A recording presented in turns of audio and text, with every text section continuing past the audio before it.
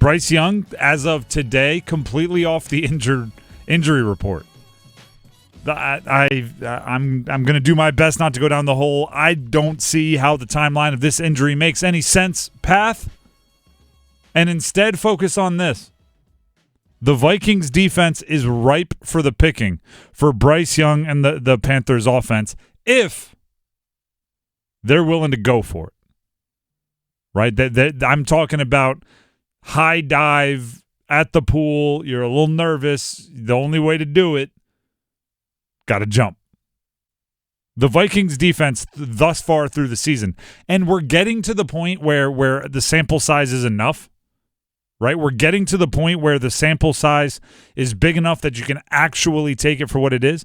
The Vikings defense, 7th most points allowed, 7th most passing yards allowed, 6th most total yards allowed, 8th most yards per play allowed, 10th fewest sacks forced, so they're not necessarily getting after the quarterback with any tremendous regularity, just 1 interception. This is a defense that you can go get from an offensive perspective. Here's the thing, though. Minnesota's offense is 3rd in total yards. And there are a few turnovers, right? Everybody remembers a couple of them. The Justin Jefferson's diving for the pylon, fumbling it out of the back of the end zone or side of the end zone, so it ends up a turnover. If a few of those turnovers down on the goal line go the other way, they'd have scored a bunch more points, which has really been holding them back. So this is a game where Carolina has to go in knowing you're going to have to score points.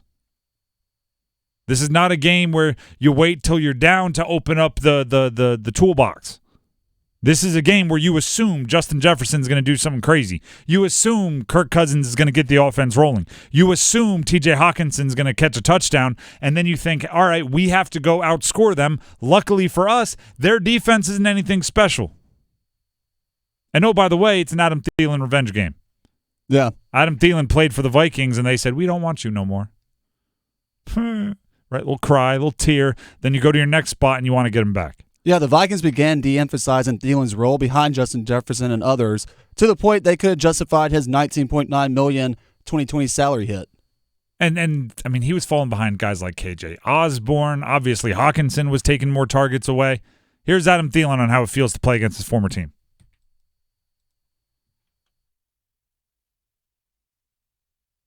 It's coming. We're working on it. We're working on it. Adam Thielen talked about playing for his former team, and as I said yesterday, it's a narrative that matters, right? And hopefully, here's what I'm hoping, that it can help them jump off that metaphorical high dive earlier, right? I'm hoping it can help them jump off that metaphorical deep dive into the deep end of the pool a little bit faster because they know they want to get Adam Thielen rolling. And Adam Thielen has been a big part of the passing game, which means they want to get their passing game rolling. So the Panthers need to not only smell blood in the water when it comes to this Vikings defense, but they need to go for the kill. Here's Adam Thielen on how it feels to play against his former team. Yeah, it's going to be interesting. It's already been a little bit weird, honestly. Starting the game plan, talking about the defense, and then seeing them on tape. I've never obviously game planned for our defense, or the Vikings defense, I should say. So it's definitely different, but obviously it's just football. Before the game, it'll be a lot of catching up, but then once the game starts, it's football, and I'm excited to go and compete.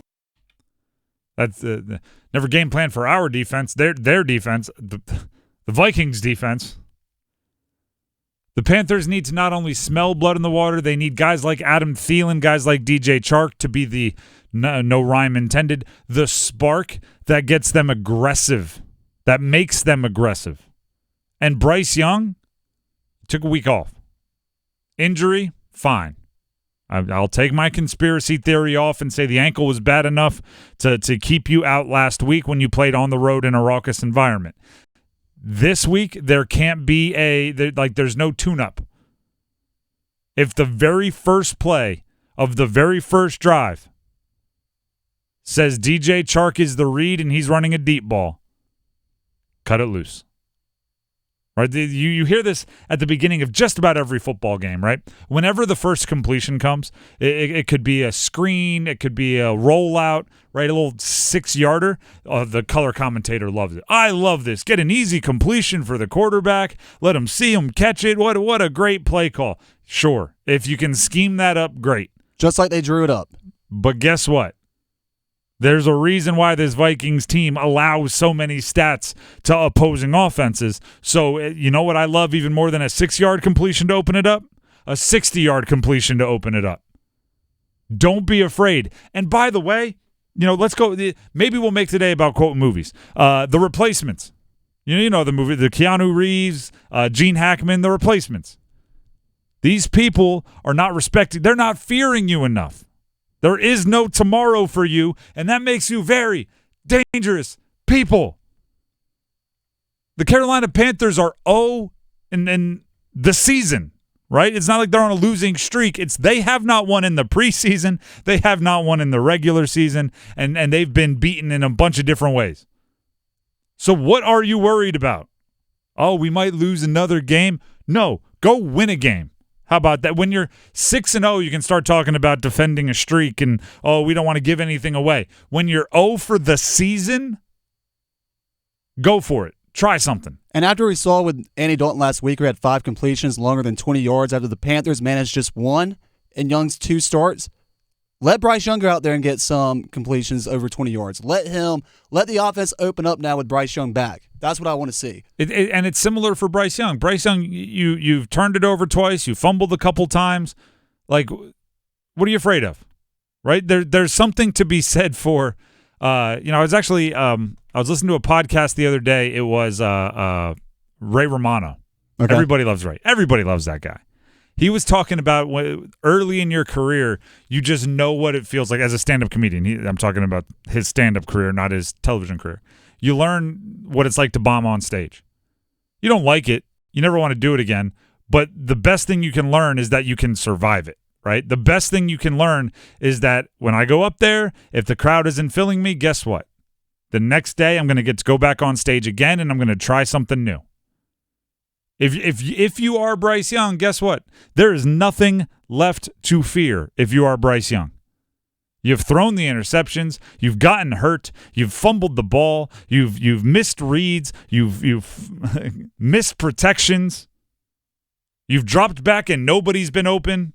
You've done through two starts, 3 games, right? 2 games and then you missed one. You've done it all.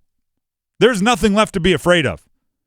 Cut it loose, right? See if it doesn't work better a little bit more loose and carefree. It can't get any more worse. At least we hope not. And Nick Saban's not on your sideline, right? I have a feeling if you mess up, Nick Saban's on your sideline, you're going to get your face chewed off. Frank Reich will probably say, so what'd you see? How are you feeling, buddy? Let me put my arm around you. There's nothing to fear.